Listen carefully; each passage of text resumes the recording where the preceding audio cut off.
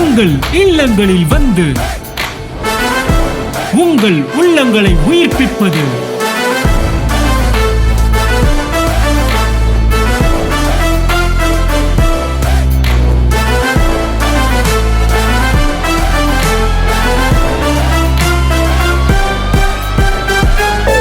உங்கள் channel DJ.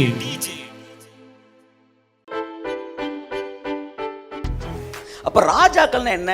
ஒவ்வொருத்தரும் ஒரு நாட்டை கொடுத்து ஒரு சீட்டை கொடுத்து உட்காருங்கடான்றது ராஜாவா? What is meant by king? ராஜானா உங்களுடைய ப்ரொஃபஷனில் நீங்கள் தான் கிங்கு. மக்கள் சொல்லுவாங்களா சார் அதில் அவர் தான் சார் கிங்கு என்று சொல்லத்தக்கதாக உங்களுடைய துறையிலே உங்களை ராஜாவாய் தேவன் மாற்றுவார்.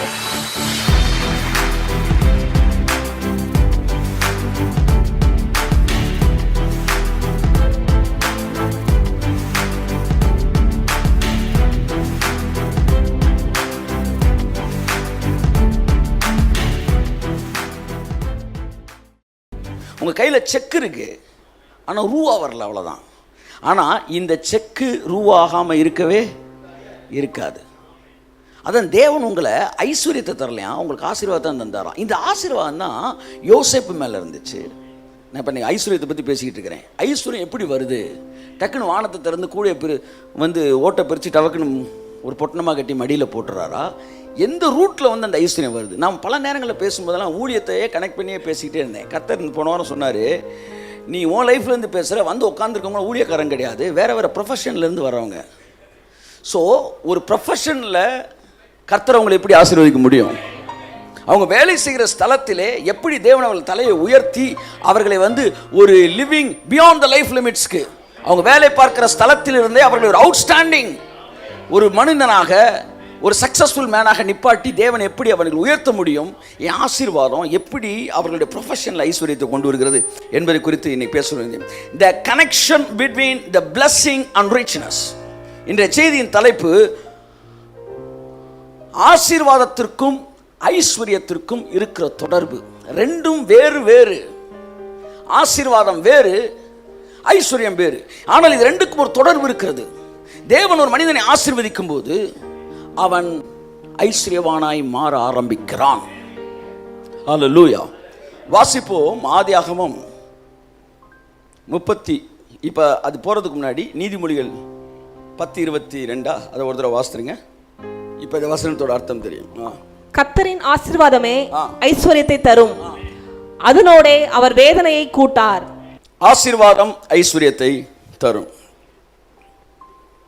வாசிப்போம் ஆதியாகமம் 39:3. கர்த்தர் அவனோடே இருக்கிறார் என்றும். இப்போ நம்ம பார்க்க போறோம், ஒரு மனிதன், நல்லா கவனிங்க, தேவனால் ஆசீர்வதிக்கப்பட்டவன். ஆனால் ஆசீர்வதிக்கப்பட்ட அந்த மனிதன் அந்நிய நாட்டிலே அடிமையா இருக்கிறான். ஆனால் அவன் அடிமையா இருந்தாலும் அந்த ஆசீர்வாதம் அவனை எப்படி ராஜாவாய் மாற்றுகிறது? இது கதையா வாசித்தா உங்களுக்கு இன்ஸ்பிரேஷன் இருக்காது.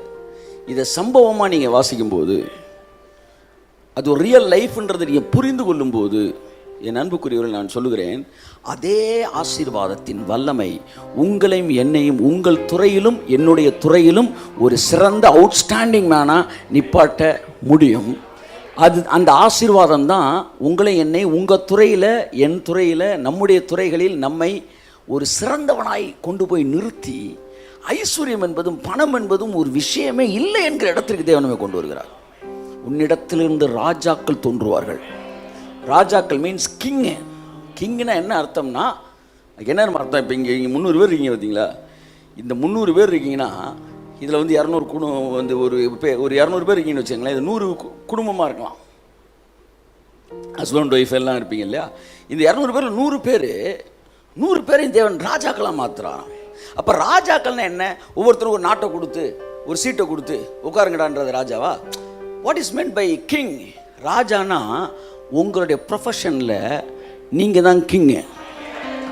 மக்கள் சொல்லுவாங்களா சார் அதில் அவர் தான் சார் கிங்கு என்று சொல்லத்தக்கதாக உங்களுடைய துறையிலே உங்களை ராஜாவாய் தேவன் மாற்றுவார். கரங்களை தட்டி கர்த்தருக்கு நன்றி சொல்லுவோம் விசுவாசத்தோடு. ஆமென். என்னுடைய துறையிலே, if I'm a man of God, if I'm a preacher, I will be an outstanding preacher. If you are an engineer, you will be an outstanding engineer. Or if you are a businessman, you will be an outstanding businessman. உங்க creativity அவர் sir எப்படி கலைஞரை சொல்றாங்க வந்து sir அவர் அரசியல் சாணக்கியர் sir, outstanding politician. இந்தியாவில் முக்கியமான ஒரு சில முக்கியமான தலைவர்கள் ஒருத்தர் அப்படின்றாங்க. அவர் நல்லவராக கெட்டவர் அந்த ஏரியாக்கெல்லாம் வரல, ஊழலே பண்ணாலும் அதை வந்து தெளிவாக பண்ணுவார் சார் அவர். Outstanding. You will be an outstanding person. உங்கள் மேலே ஒரு ஆசீர்வாதம் இருக்கிறது. ஓ, உங்களுக்கு நிகர் நீங்கள் மாத்திரமே என்று சொல்லத்தக்கதா இந்த இரவு வேளையில் ஒரு அபிஷேகம், ஒரு ஆசீர்வாதம் உங்கள் மீது இறங்குவதாக. நீங்கள் ஒரு கம்பெனியில் பியூனா கூட நீங்கள் வேலை பார்க்கலாம் சார், பியூனா வேலை பார்க்கலாம். ஏன் அது எதுக்கு சொல்ல வரேன்? ஒரு ப்ரொஃபஷனில் ஒரு டிஃபரன்ஷியேட் காட்டுறதுக்காக சொல்ல வரேன். இங்கே ஒருத்தன் அதை விட அவன் ஒரு அடிமையாக இருந்தான், ஸ்லேவ். ஆனால் அவன் மேல தேவனுடைய ஆசீர்வாதம் இருந்தது. கையத்தட்டே. Praise God.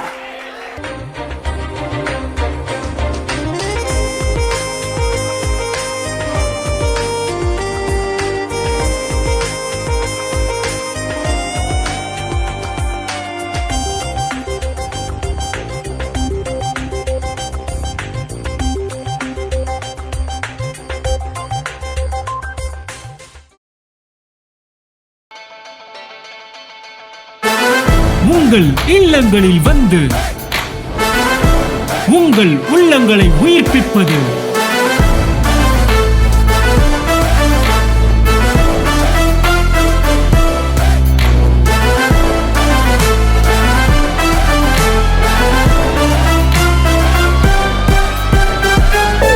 உங்கள் சேனல் டிஜே.